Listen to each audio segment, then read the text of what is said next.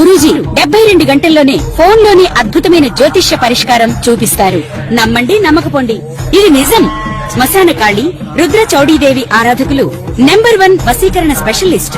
గురూజీ మనిషి పుట్టుక నుండి చనిపోయే వరకు వచ్చే అన్ని క్లిష్టమైన సమస్యలకు పరిష్కారం ఇక్కడ లభిస్తుంది. విద్య, ఉద్యోగం, వ్యవహారం, స్త్రీ ప్రేమ, పెళ్లి, సంతానం, స్త్రీ పురుష వశీకరణం, భూవశం, భార్యాభర్తల కలహాలు, కోర్టు సమస్యలు, విడాకుల సమస్యలు, చేతబడి, అప్పుల బాధ, ఇంకా మీకు ఎలాంటి సమస్యలు ఉన్నా 72 గంటల్లోనే శాశ్వత శ్రీమాత్రే నమః. శ్రీ గురుభ్యో నమః.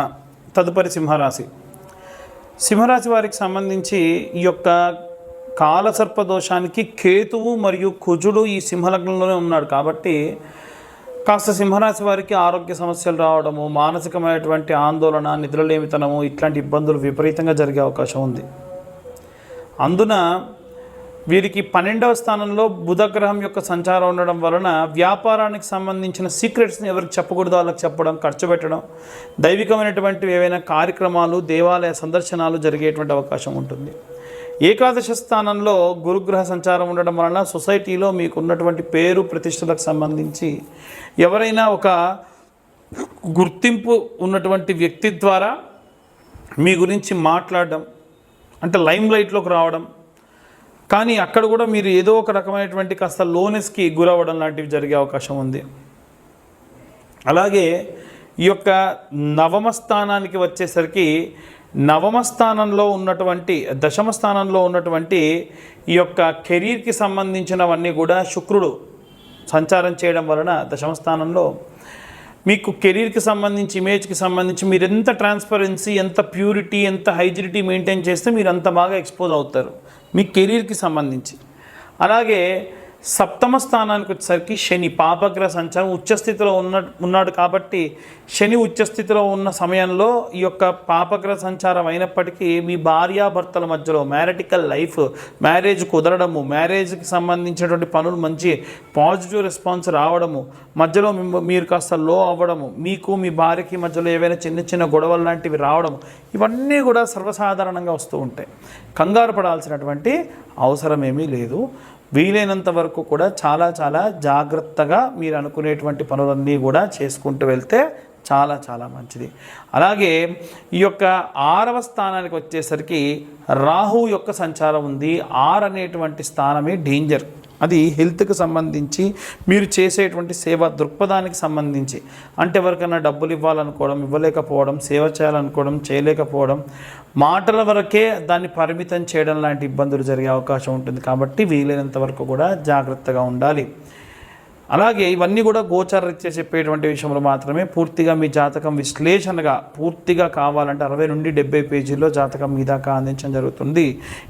అలాగే ఈ నెలలో ఎవరైతే జాతకం చెప్పించుకుంటారో వారికి 2025 రూపాయలు తీసుకొని జాతకం చెప్పడము, ఆ జాతకం చెప్పించుకున్న వాళ్ళకి మన ఛానల్ సబ్స్క్రైబర్స్కి మాత్రమే ఈ యొక్క కరుంగాలి మాల ఉచితంగా ఇవ్వడం జరుగుతుంది.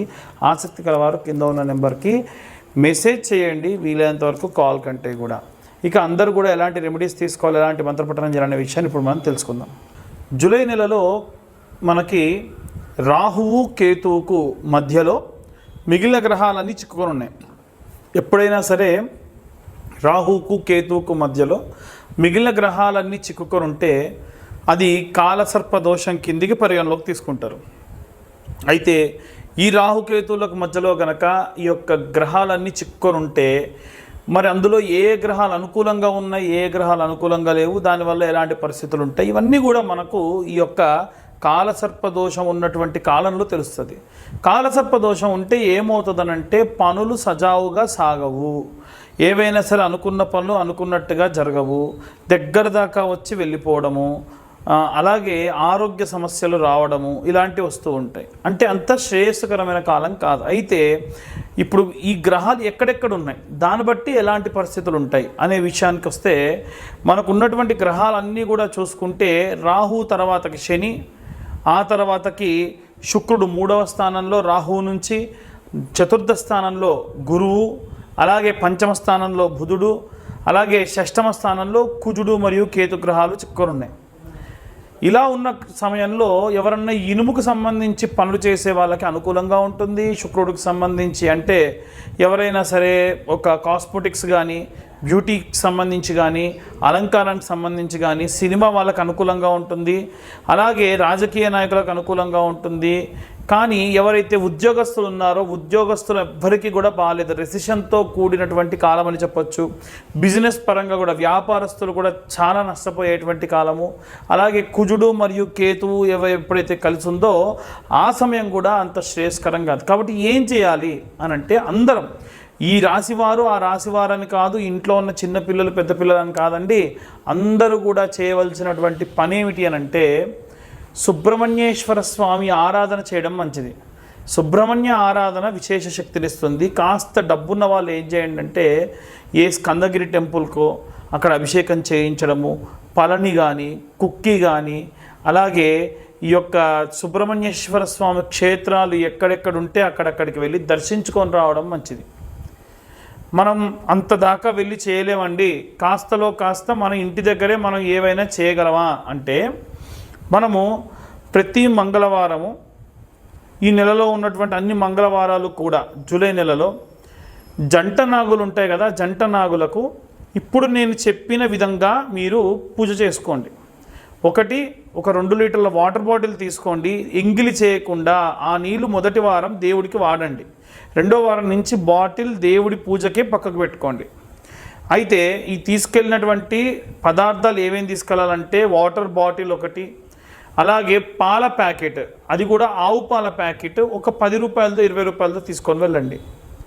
అలాగే ఒక 5 నుంచి 10 రూపాయల క్వాంటిటీ కల పసుపు కుంకుమ, 5 రూపాయల పసుపు 5 రూపాయల కుంకుమ, అలాగే కొంత గంధం, అలాగే ఒక్క 10 రూపాయల పూలు, అంతే, ఎక్కువద్దు.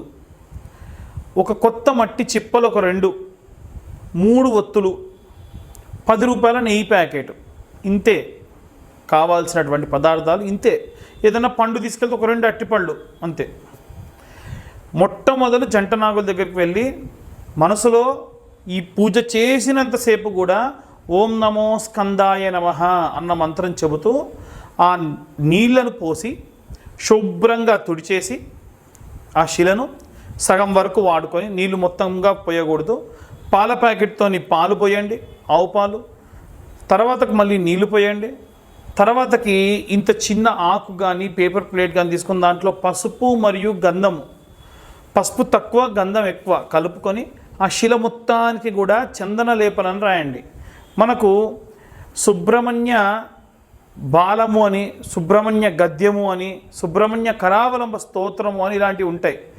ఎవరన్నా చదవలేని వాళ్ళు ఈ కరావలంబ స్తోత్రం ఫోన్లో పెట్టేసుకొని మీ పక్కన పెట్టేసుకొని కేవలం ప్రతి పద్యానికి ఆఖరిలో శ్రీ సుబ్రహ్మణ్య కరావలంబం వల్లీసనాథ మమ దేహి కరావలంబం అన్న మంత్రం వస్తూ ఉంటుంది. ఆ ఆఖరి మంత్రాన్ని చెప్పినా చాలు, ఆ పద్యం అంతా వస్తుంది. కాన్సన్ట్రేషన్ అంతా పద్యం మీద పెడుతూ మనం ఆ శిలను రాస్తూ వల్లీసనాథ మమ దేహి కరావలంబం అని వస్తుంది.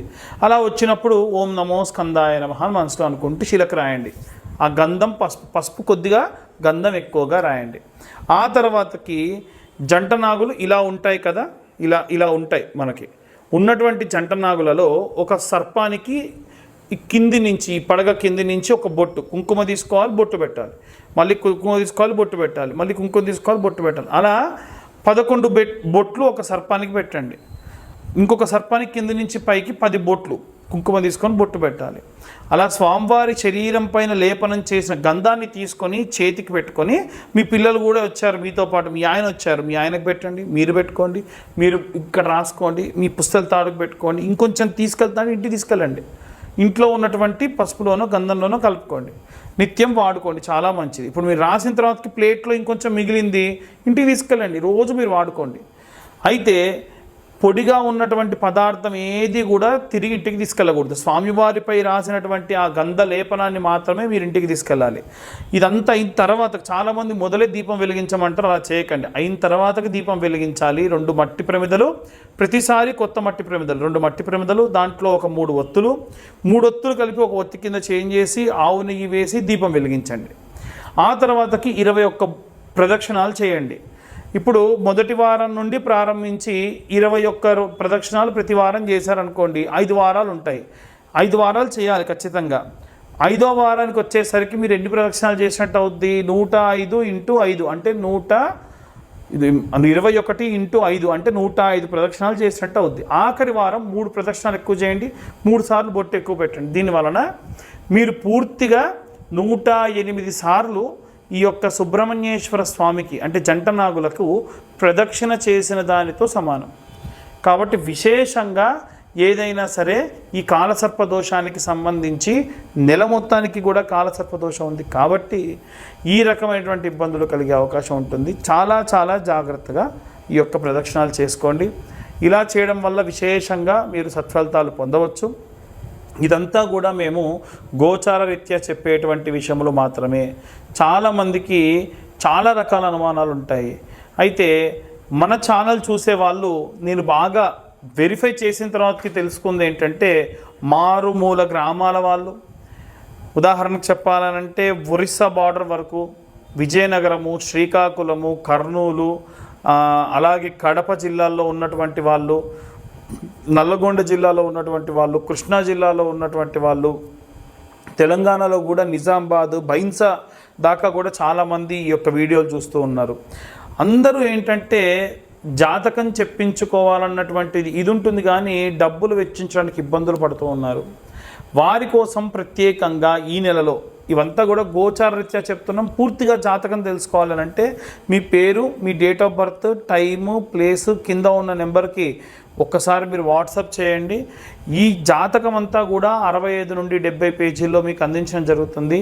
2025వ సంవత్సరంలో కేవలం 2025 రూపాయలు మాత్రమే ఛార్జ్ చేయడం జరుగుతుంది జాతకం అంతా కూడా మీకు అందియడానికి. అయితే ఈ నెలలో ఎవరైతే జాతకం చెప్పించుకుంటారో వారికి పూర్తి ఉచితంగా ఈ కరుంగలి మాల ఇవ్వడం జరుగుతుంది. ఈ కరుంగలి మాల విశిష్టత ఏమిటంటే, పాతాళ శంభు మురుగన్ దేవాలయం అంటే సుబ్రహ్మణ్యేశ్వర స్వామి మెడలో వేసినటువంటి కరుంగలి మాలలు మా దాకా వస్తాయి. మళ్ళీ మేము కూడా హోమంలో పెట్టిన తర్వాతకే మీకు ఇవి ఇస్తూ ఉంటాం. కాబట్టి ఆసక్తి కలవారు కింద ఉన్న నెంబర్కి కాంటాక్ట్ చేయండి. జాతకం చెప్పించుకుంటాం కానీ మాకు కరుంగలి మాల వద్దన్నా 2025 రూపాయలు. ఎందుకంటే కరుంగలి మాల నేను నా ఇంట్రెస్ట్ కొద్దీ మీ దాకా ఉచితంగా ఇచ్చేటువంటి ప్రయత్నం చేస్తూ ఉన్నాను. ఆసక్తి కలవారు కింద ఉన్న నెంబర్ కాంటాక్ట్ చేయండి. పూర్తిగా ఈ యొక్క జాతక విశ్లేషణ గురించి తెలుసుకోండి. సర్వే జన సుఖినో భవంతు. స్వస్తి.